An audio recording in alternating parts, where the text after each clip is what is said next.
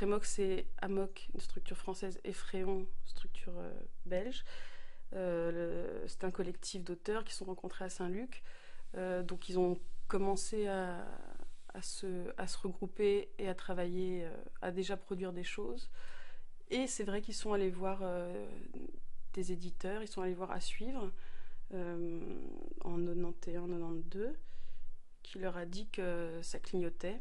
Et donc finalement, ils sont assez vite rendus compte qu'il valait mieux, faire leurs choses par eux-mêmes. Dans les années 90, on était fort... il y avait l'émergence de nouvelles structures, donc c'était les Requins-Marteaux, l'association, et tout un contexte. Et à l'époque, c'était encore Amok et Fréon figuraient parmi tout ça.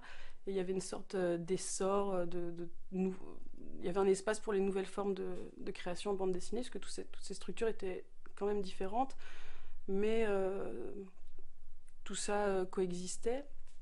Et je crois que maintenant, il y a eu des générations, une deuxième génération, troisième génération en bande dessinée indépendante, et qu'on est peut-être encore plus finalement maintenant à la marge qu'on l'était au début.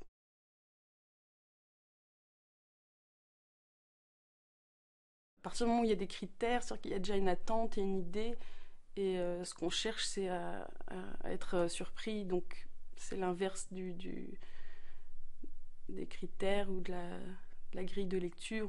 Parfois, on reçoit des dossiers, les gens disent mais on peut transformer pour que ce soit plus comme si, alors plus Frémok ou plus en couleur pour que ce soit plus vendable, ou plus ci, plus ça, mais c'est pas... Du coup, ça nous met dans des situations où c'est difficile aussi parfois d'expliquer pourquoi non. Ce qui donne envie, c'est quand on sent la recherche, quand ça fait exploser les codes, sans doute. C'est ça qui est excitant. Parce qu'on nous demande toujours de définir ce qu'on fait. Et, bon, c'est aussi parce que le travail publié est fort lié à la littérature et aux autres arts. On pourrait dire bande dessinée d'art et d'essai, bande dessinée parce qu'il faut trouver des qualificatifs. On a l'idée qu'on doit comprendre ce qu'on lit, et on n'est pas prêt à se jeter à l'eau et dire qu'on comprend pas, ce qui est moins le cas avec le cinéma, j'ai l'impression. On a les gens moins peur d'être incertains sur le sens.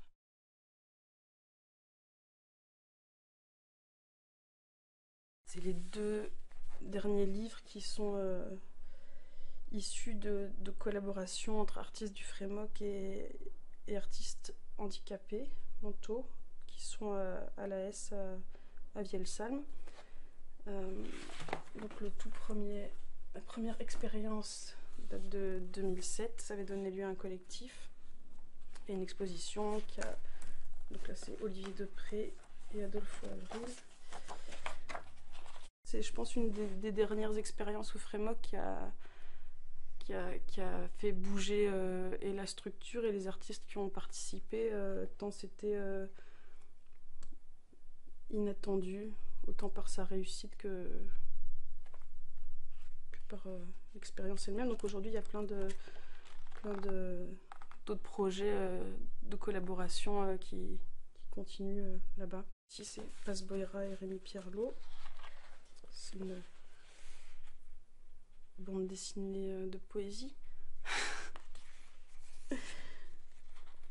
qui demande de se laisser simplement porter par les images et on pourrait dire bande dessinée de sensations aussi, je pense, pour le Frémok.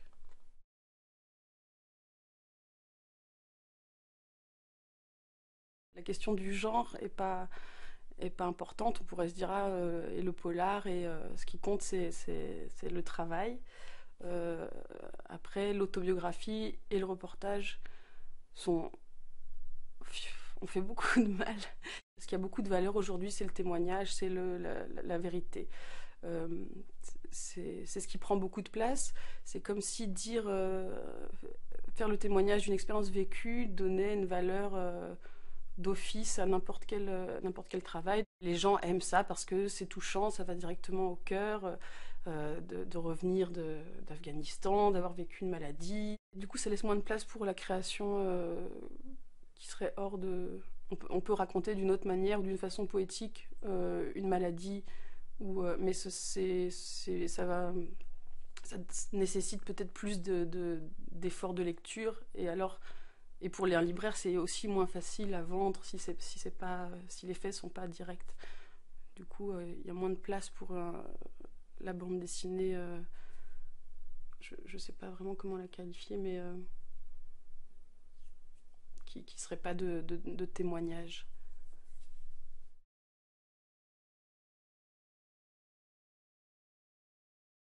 On est entre plein de choses, c'est ce qu'on aime faire, entre nos livres. Alors on va nous dire sont un peu trop, c'est pas de la BD, c'est de l'art, ou c'est pas de l'art, c'est de la BD, ou c'est pas un livre jeunesse. Et c'est ça qu'on aime faire finalement, c'est de dire est-ce que ces genres sont finalement si importants quand l'œuvre se suffit à elle-même et est de qualité. Mais on est confronté à des catégories qui sont qu'on n'arrive pas à briser. On est tous bénévoles, donc ça je pense que c'est commun à beaucoup de structures. Et on est quand même pas mal soutenu par les institutions, heureusement. Donc la survie financière, c'est une question permanente, aussi parce que nous, personnellement, comme on est bénévole, est-ce que si on doit travailler à côté, on a moins de temps. Si on a moins de temps, le travail d'édition se fait moins bien. Et donc c'est une espèce de cercle vicieux. La survie, elle tient plus à l'énergie des gens, à l'énergie que les bénévoles mettent dans la structure.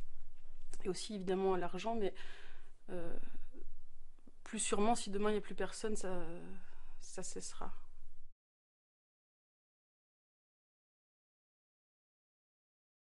Depuis le début de la structure, c'est l'idée de penser l'exposition comme on pense les livres, de dire que c'est un espace pour l'image, et donc c'est aussi important. C'est aussi l'occasion d'affirmer les choix artistiques, euh, de produire du sens, comme dans les livres, ou avec les choix graphiques. Tout ça fait partie d'un ensemble. Et l'exposition est notre déclinaison possible pour le travail, au même titre que le livre.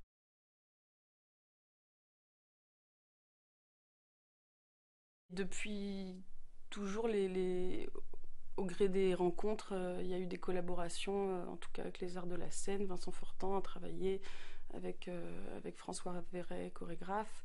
Il travaille avec des musiciens d'improvisation. Thierry Van Asselt a aussi travaillé avec une chorégraphe.